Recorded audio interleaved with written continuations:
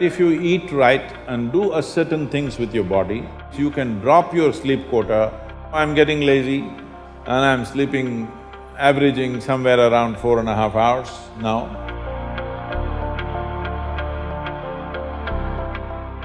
What type of food we should eat so that our life reaches its full potential for a college or a school-going student? So what kind of food? We must understand this. Food is not a religion, food is not a culture, food is just the fuel for this machine. Yes? There may be cultural aspects to the tastes, there may be even religious tinge to the food over a period of time, but essentially food is fuel for this body. So with what kind of food will it function with minimum struggle within itself and maximum impact? So suppose you buy a petrol car and pump diesel into it, it may still roll around but not at its optimum. Similarly, various foods you can eat and still somehow it functions. But those communities which have eaten with care, you can clearly see a distinct difference in the way they function, the levels of intelligence and whatever. So in India, we prescribed food for different people in different way. If you're doing menial jobs, you eat one way because you need physical muscle. If you're doing other kinds of trading and other kinds of activities, you eat another way. If you're a fighting class, you eat differently.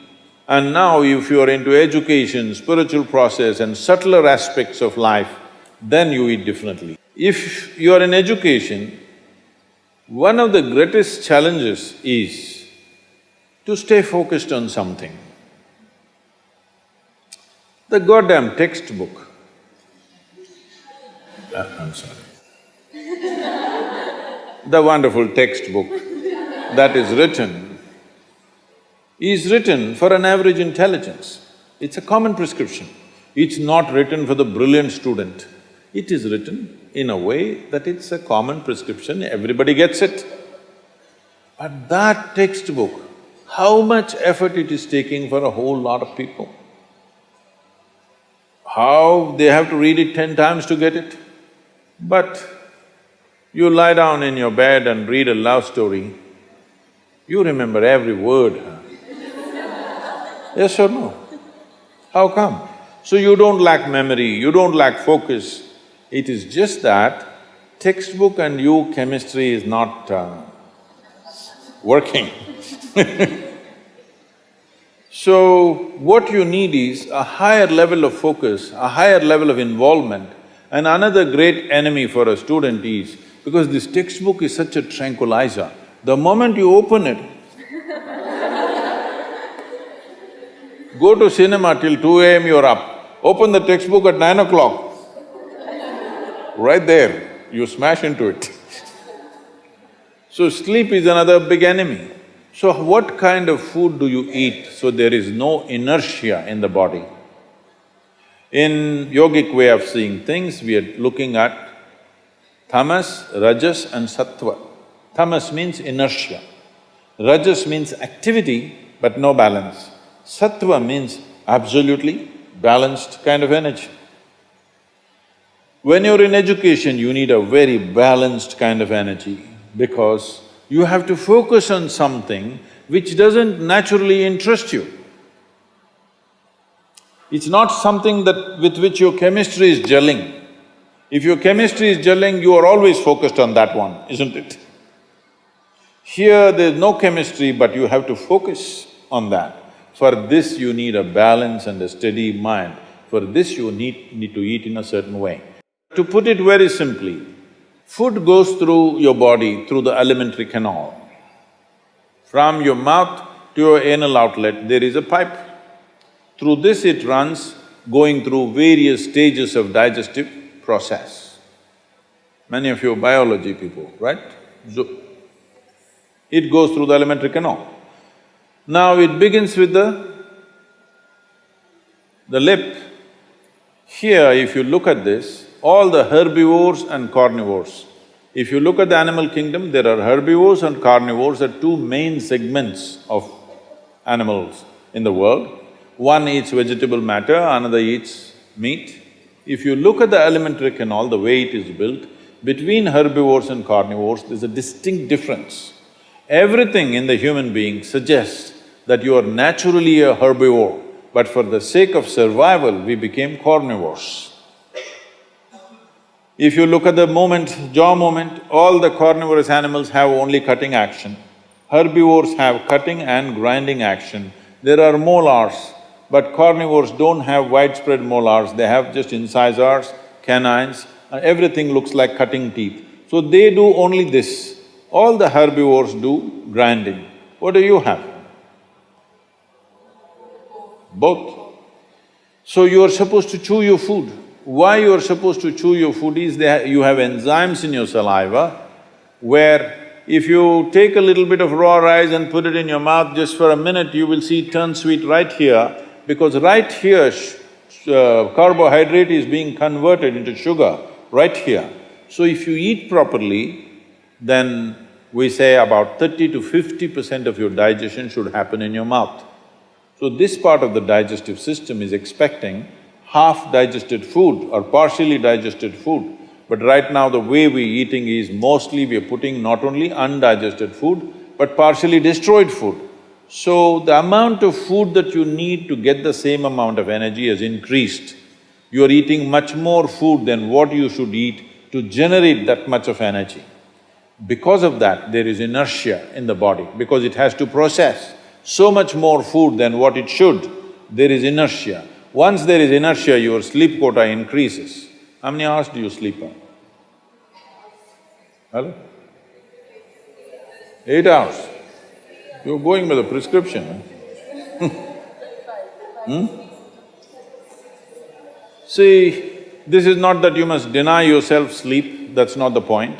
But if you eat right and do a certain things with your body, you see very effortlessly, within 3 to 4 weeks, you can drop your sleep quota anywhere between 2 to 3 hours. 1.5 to 3 hours very easily you can drop if you just eat consciously and just learn to sit properly, just the posture, your geometry of the body and what goes into the system. If you just manage these two things, you will see sleep quota will just come down like that. Just to tell you, for over 25 years, I have largely managed with an average of 2.5 hours of sleep. Now I'm getting lazy and I'm sleeping, averaging somewhere around 4.5 hours now, but 7 days of the week, okay? 365 days, non-stop, on, almost every day. My daughter didn't call me for a month. I asked, what the hell is the problem with you? Why are you not calling? She said, every 6 hours you're in a new city, what the hell I'm supposed to do? So I said, okay, which is true. In one day, sometimes we're doing 3 cities, so it's a non-stop activity. And today, many people around me have learned to do this. Over 100, 150 people around me are doing this kind of activity, averaging 4 hours sleep and 7 days of the week, they're on, all the time. And they are not irritated, they are not frustrated, they're joyful and they're wonderful. Why this is this? There are many aspects to this, but one important aspect is food, how you eat.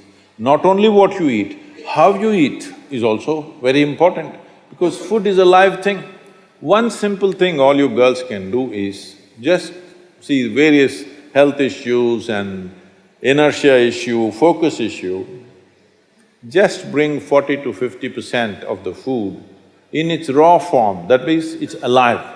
It must be a live cell, it can be a vegetable, it can be a fruit, it can be a nut, it can be sprouted gram. At least 40 to 50%, the food that you eat must be alive.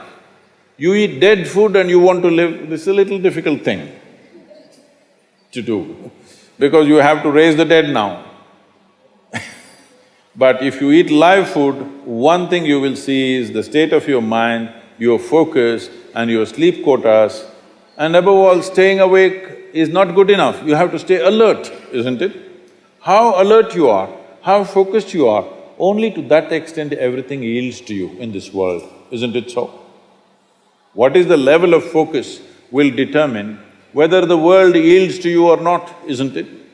And one more aspect of life, one more aspect of food is, when you consume something, it must be of a simple genetic code, in the sense, it must be a very simple software. Vegetables, fruits, nuts, sprouts, they're very simple. More complicated means animal food becomes more and more complicated. Suppose you eat an animal which has some amount of emotion and a life of its own. Now the code in that… we were talking about this, your body is just an accumulation of memory, which means a certain software, isn't it? This is the most complex software. Human software is the most complex software on the planet of all the creatures. So if you eat an animal, particularly a mammal, if you eat, it has a similar kind of complexity, maybe not as complex as this, similar level of complexity because it has thought and emotion of its own. Now for you to break that code and integrate it into your system, you are not fully successful. So it will leave traces of certain qualities within you. You cannot break that code and make it a part of yours because it's a different and complex code. If you eat a leaf, a vegetable, a fruit, a nut or a sprout, this is much simpler. If you must eat non-vegetarian food, you must eat that which is furthest away from you. So generally, fish and water life is furthest away from you. So if you must eat non-vegetarian food, the best thing to eat is, you're on the coast. Fish is the best thing to eat that way.